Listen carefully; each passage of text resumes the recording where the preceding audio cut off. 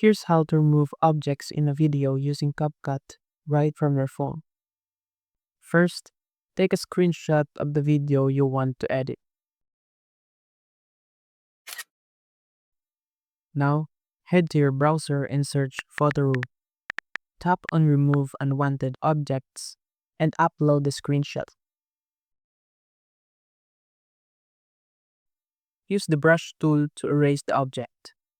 Once you're happy with the result, download the edited image. Now, go back to CapCut, start a new project, and add your video.